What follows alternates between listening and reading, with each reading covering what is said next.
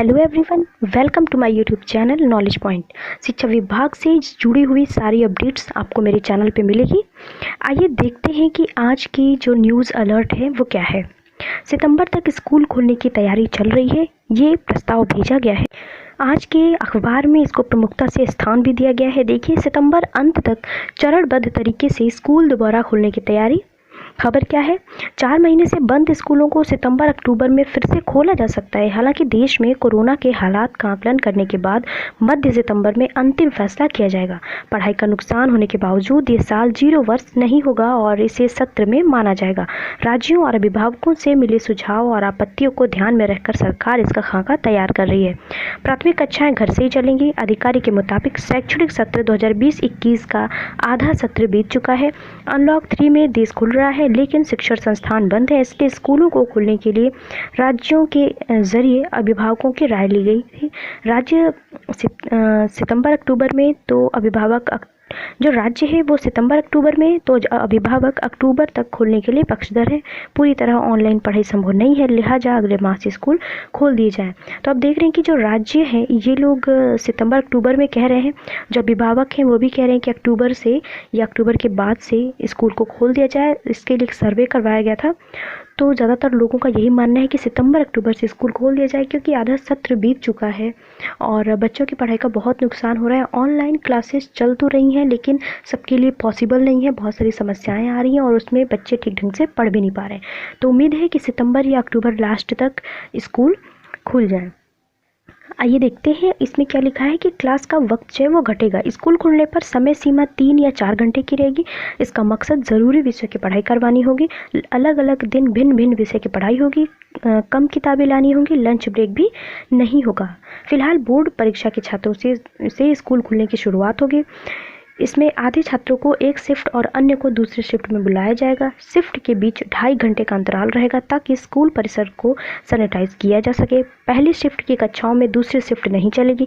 एक क्लासरूम में दोबारा क्लास लेने के बीच 15 से 24 घंटे का अंतराल जरूर होगा। प्रशासन स्कूलों से पूरी जानकारी लेगा। तो ये थी न्यूज़। आप देख रहे हैं कि हो सकता है पूरी सावधानी सतर्कता के साथ सितंबर अंत तक या अक्टूबर लास्ट तक स्कूल खुलने की पूरी संभावना है। अगली खबर है कोरोना काल में ग्रामीण बच्चों के लिए सौगात। आइए देखते हैं कि क्या है वो सौगात।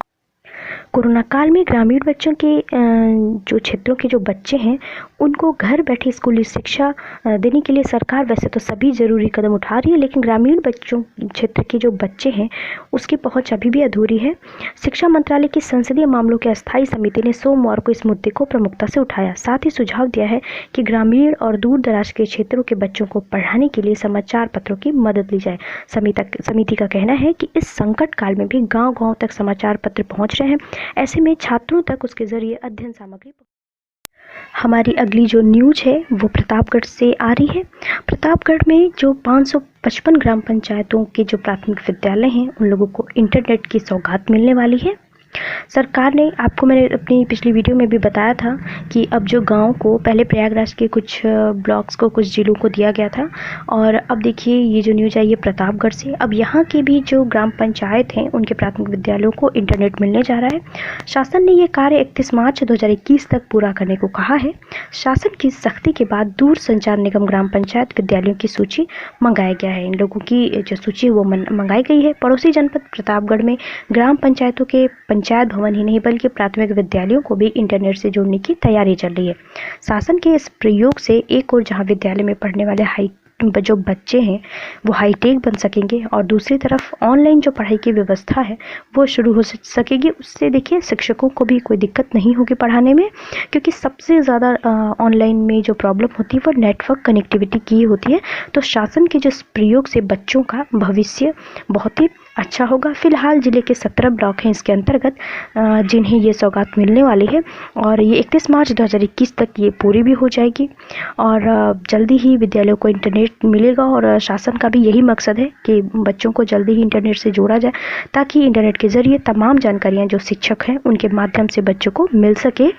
और साथ ही साथ दूरसंचार विभाग जो है इन गाँव में ऑप्टिकल फाइबर केबल बिछाने का काम भी शुरू करने जा रहा है। तो आप देख रहे हैं कि सरकार सरकार बच्चों की पढ़ाई को लेकर के कितनी ज़्यादा एक्टिव है, किसी भी तरीके से नहीं चाहती कि बच्चों का जो है ज़रा सा भी नुकसान हो। नेक्स्ट जो है वो थोड़ी सी अलग ही न्यूज है। टीटी फेल को भी 69,000 शिक्षक भर्ती परीक्षा कर दिया पास। बहुत ही अजीब लग रही है, लेकिन जी हाँ, उत्तर प्रदेश की ये घटना है। उत्तर प्रदेश में आप जान रहे हैं कि 69,000 जो है वो बिल्कुल इस वक्त हाईलाइटेड न्यूज़ है।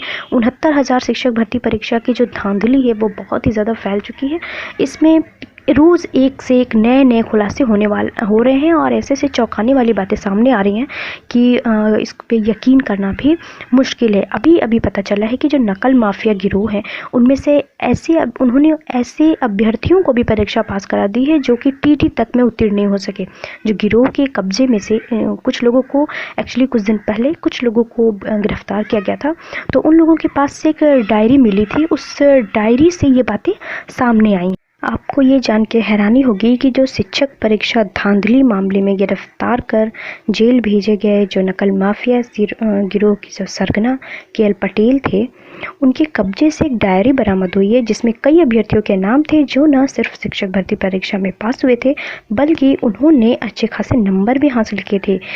जब एसटीएफ ने जांच की, इन अभ्यर्थियों से पूछताछ शुरू की, तो बहुत ही चौंकाने वाली बात सामने आई। पता चला कि इनमें ऐसे भी अभ्यर्थी शामिल थे जिन्होंने शिक्षक भर्ती परीक्षा में तो पासिंग नंबर आसानी से हासिल कर लिए, लेकिन वो टीईटी तक पास नहीं कर पाए थे। ये अभ्यर्थी नकल माफिया गिरोह के संपर्क में थे और गिरोह की मदद से इन्होंने परीक्षा पास की। हालांकि जो बेसिक जानकारी नहीं होने के कारण टीटी उत्तीर्ण नहीं कर सके थे।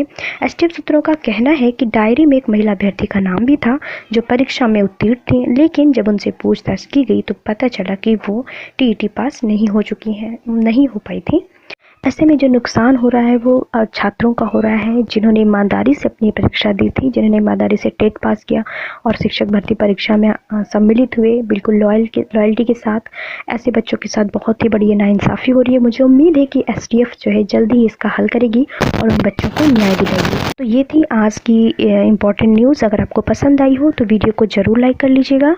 आप चाहें तो मेरा चैनल सब्सक्राइब कर सकते हैं। अगर आप चाहते हैं तो मुझे ट्विटर पे फॉलो कर सकते हैं, टेलीग्राम चैनल ज्वाइन कर सकते हैं। इन दोनों का जो लिंक है वो आपको नीचे डिस्क्रिप्शन बॉक्स में मिल जाएगा, या फिर आप मेरे अबाउट पेज तो वहाँ से भी जाके आप मुझे फॉलो कर सकते हैं या मेरा चैनल ज्वाइन कर सकते हैं।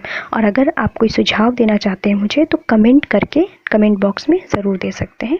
वीडियो पूरा देखने के लिए आपका बहुत बहुत धन्यवाद।